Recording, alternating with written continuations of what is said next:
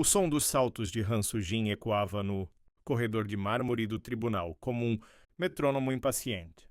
Cada passo era uma lembrança do que prometera a si mesma. Nunca misturar emoção com trabalho. A advogada mais jovem do escritório Lee and Park Associates tinha fama de ser impecável. Ganhava todos os casos, calculava cada argumento e nunca deixava espaço para o imprevisto. Para ela, a justiça era uma equação, fria, precisa e previsível. Naquela manhã, porém, o destino resolveu testar a equação. O caso novo chegara com um aviso do sócio principal. Cliente sensível. Evite se envolver. Sujin apenas assentiu, sem imaginar que essa seria a frase que mudaria sua vida. O cliente chamava-se Kang Yun-seo. Professor de literatura coreana, 35 anos, acusado de falsificar o testamento de uma mulher idosa chamada Madame Choi, uma benfeitora que o considerava como um filho. As provas eram contundentes, registros bancários, assinaturas, o depoimento da sobrinha da falecida. Tudo o colocava como culpado. Quando Sujin entrou na sala de interrogatório, o homem já a esperava. Ele não parecia nervoso. Vestia terno simples e tinha o olhar tranquilo de quem não precisava se defender. Sou sua advogada nomeada, disse ela sem emoção. Preciso que me conte exatamente o que aconteceu.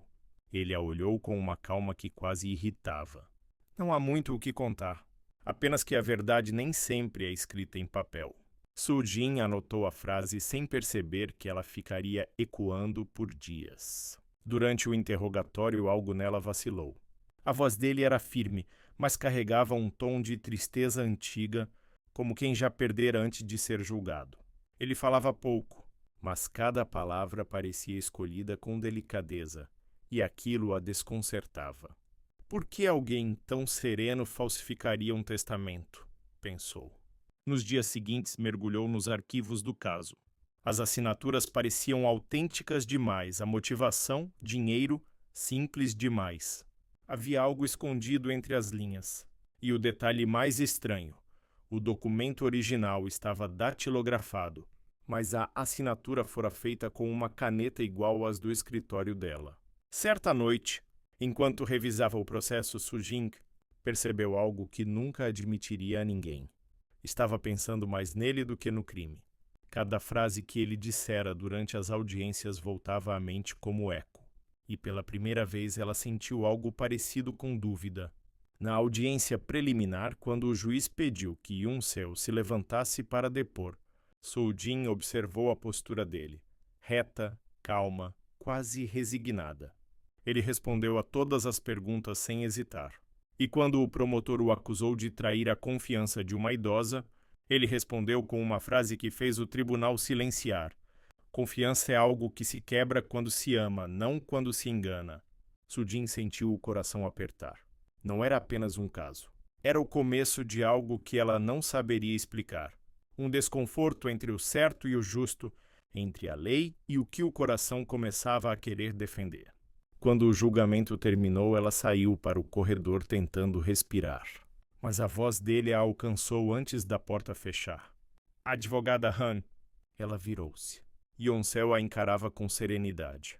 A senhora acredita que a verdade sempre vence? Eu acredito na lei. Então espero que a lei tenha compaixão.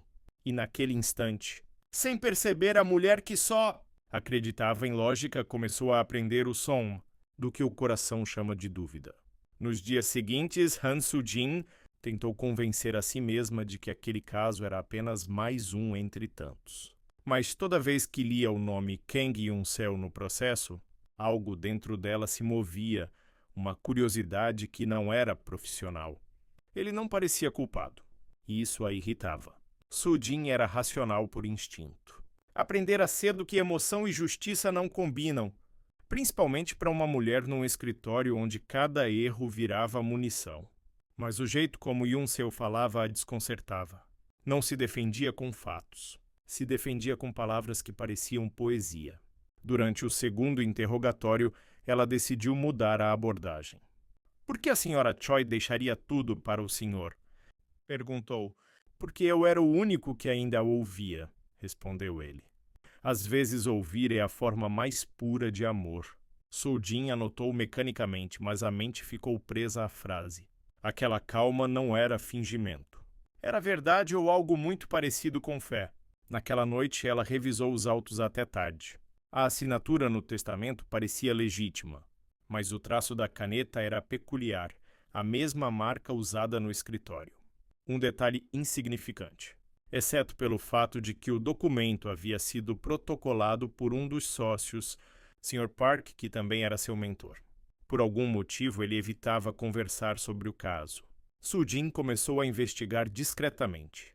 Descobriu que Park havia recebido uma doação da família Choi semanas antes da morte da idosa. Documentos, transferências, registros apagados, tudo parecia limpo demais. E quanto mais ela avançava, mais sentia que o homem errado estava no banco dos réus. No dia seguinte, encontrou Yun-seo no pátio do tribunal. Ele lia um livro de capa gasta. Ainda acredita que a lei tem compaixão? Perguntou ela. Ele sorriu sem levantar os olhos. Acredito nas pessoas que a fazem valer. A lei sozinha é só papel. Foi a primeira vez que ela sorriu no meio de um processo. Com o tempo, passou a visitá-lo com frequência para revisar declarações. Mas as conversas fugiam do caso. Falavam sobre literatura, sobre o som da chuva, sobre como a verdade às vezes demora até aparecer, porque o coração precisa estar pronto para escutá-la. Sujin não percebia, mas a defesa deixava de ser trabalho e virava confissão. Uma tarde, ele lhe entregou um envelope. Madame Choi me escreveu uma carta antes de morrer. Está lacrada. Eu nunca consegui ler. Ela hesitou. Por quê? Porque se for uma despedida, não quero que acabe. A voz dele quebrou algo dentro dela. O mesmo muro que a mantinha segura desde a infância. Naquela noite, ela abriu o envelope sozinha no escritório. Não havia testamento nem pedido de perdão. Apenas uma frase curta, escrita à mão. Para Yun-seo e para Sujin. O amor é o maior legado. Ela ficou olhando aquelas palavras por longos minutos. Seu nome estava ali, como uma assinatura deixada pelo destino. No dia seguinte, confrontou o sócio. Por que meu nome aparece nessa carta? Ele desviou o olhar. Há coisas do passado que você não entenderia agora. E antes que ela insistisse, ele completou. Apenas mantenha a distância desse homem. É melhor para todos.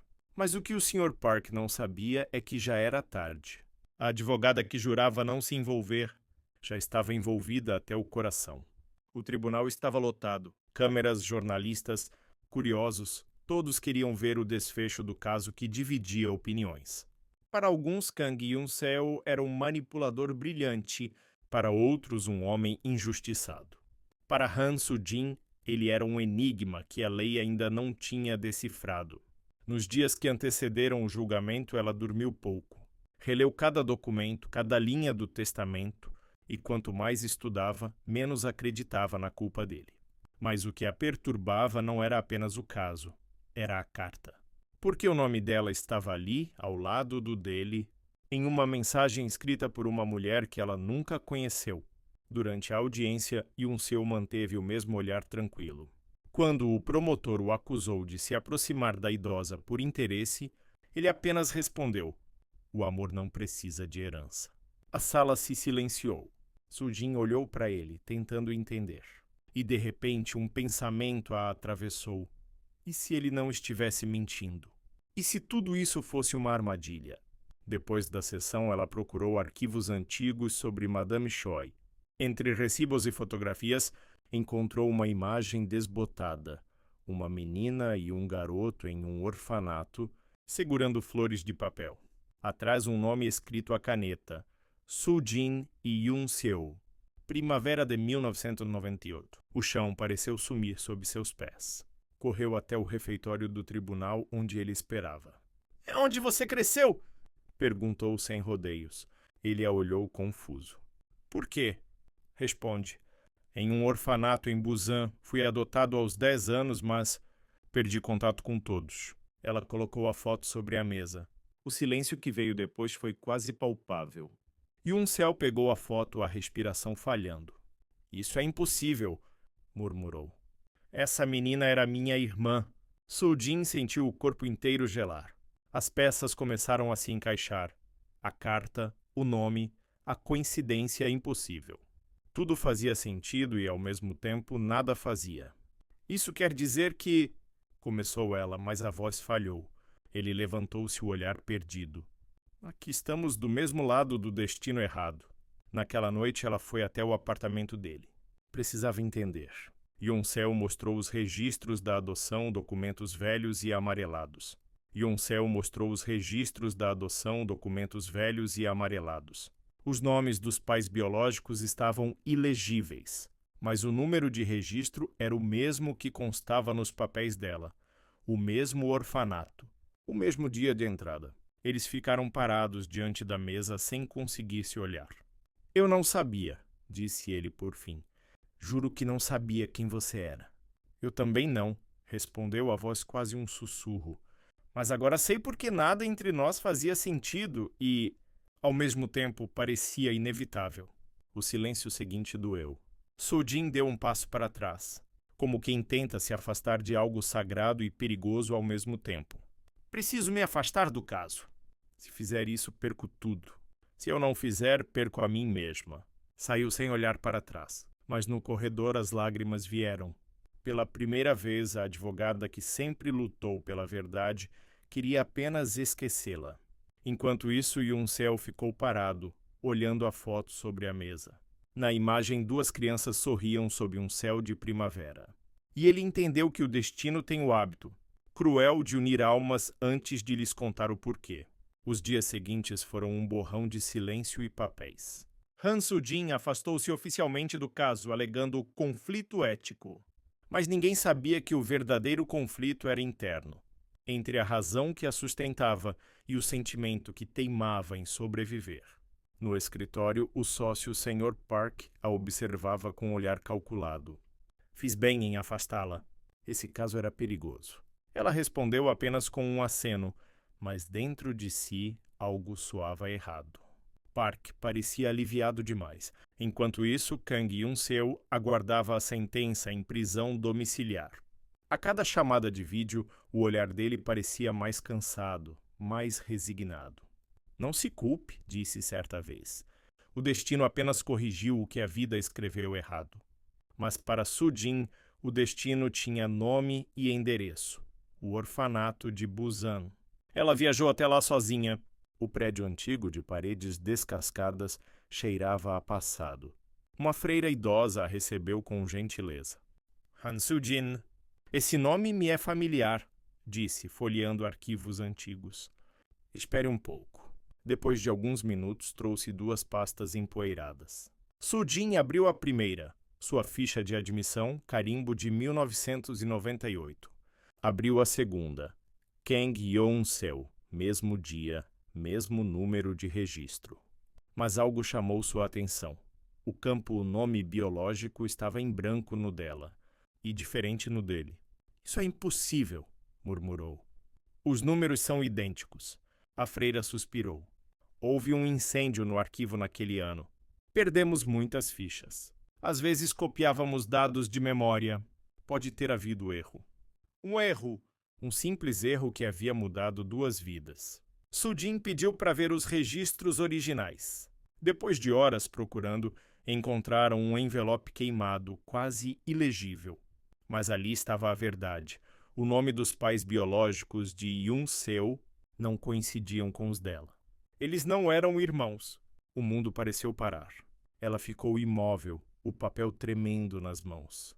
Tudo o que sentira, o medo, o amor, a culpa, de repente se transformou em alívio.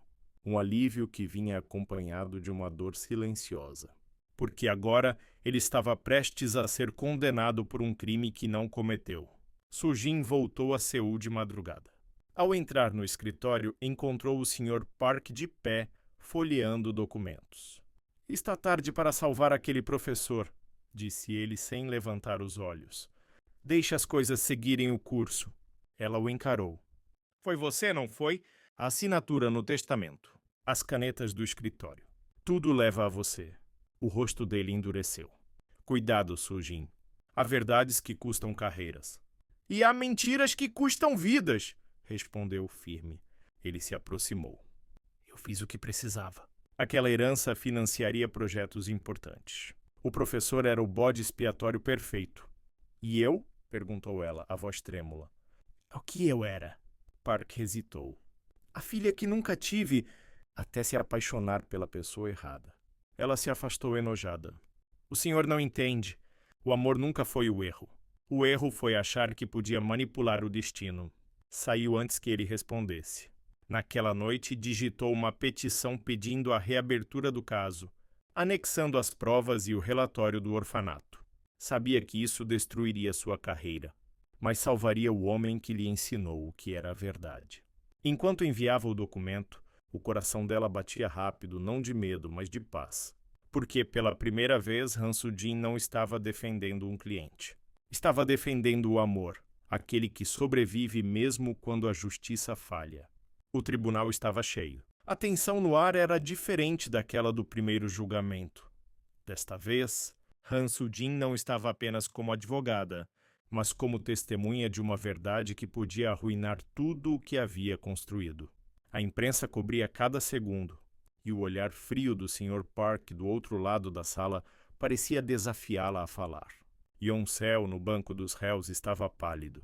Ainda não sabia o que ela descobrira, apenas que ela voltara, e que isso significava esperança. O juiz pediu silêncio. Soo-jin levantou-se, o som de seus passos ecoando firme pelo chão de mármore. Meritíssimo, peço autorização para apresentar novas provas, disse, com a voz segura. O promotor protestou, mas o juiz assentiu. Ela entregou um envelope grosso. São registros originais do orfanato de Busan, datados de 1998. Eles provam que o réu, Kang Yoon-seo, foi identificado incorretamente por um erro administrativo. Ele não tem relação biológica comigo nem com a vítima.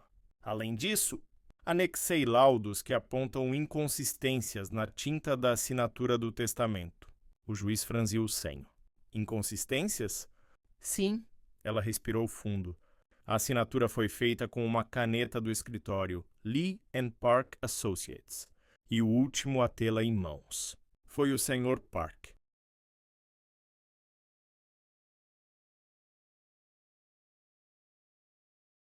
O murmúrio tomou conta da sala. Park levantou-se abruptamente. Isso é absurdo! Gritou. Ela está tentando salvar um homem culpado com uma teoria patética. Soo-jin manteve a postura. O senhor sabia que a senhora Choi confiava em Yoon-seo. Manipulou documentos para transferir a herança e usar a culpa dele como distração. Eu encontrei comprovantes de doações vindas da conta da vítima direto, para o seu fundo de investimento. O juiz pediu ordem, mas a tensão era incontrolável. Park riu, sarcástico. E por que alguém acreditaria em você? Ela o olhou nos olhos. Porque eu tenho coragem de dizer a verdade, mesmo que isso destrua minha carreira. O senhor não. Silêncio. Yoon-seo baixou a cabeça, os olhos marejados.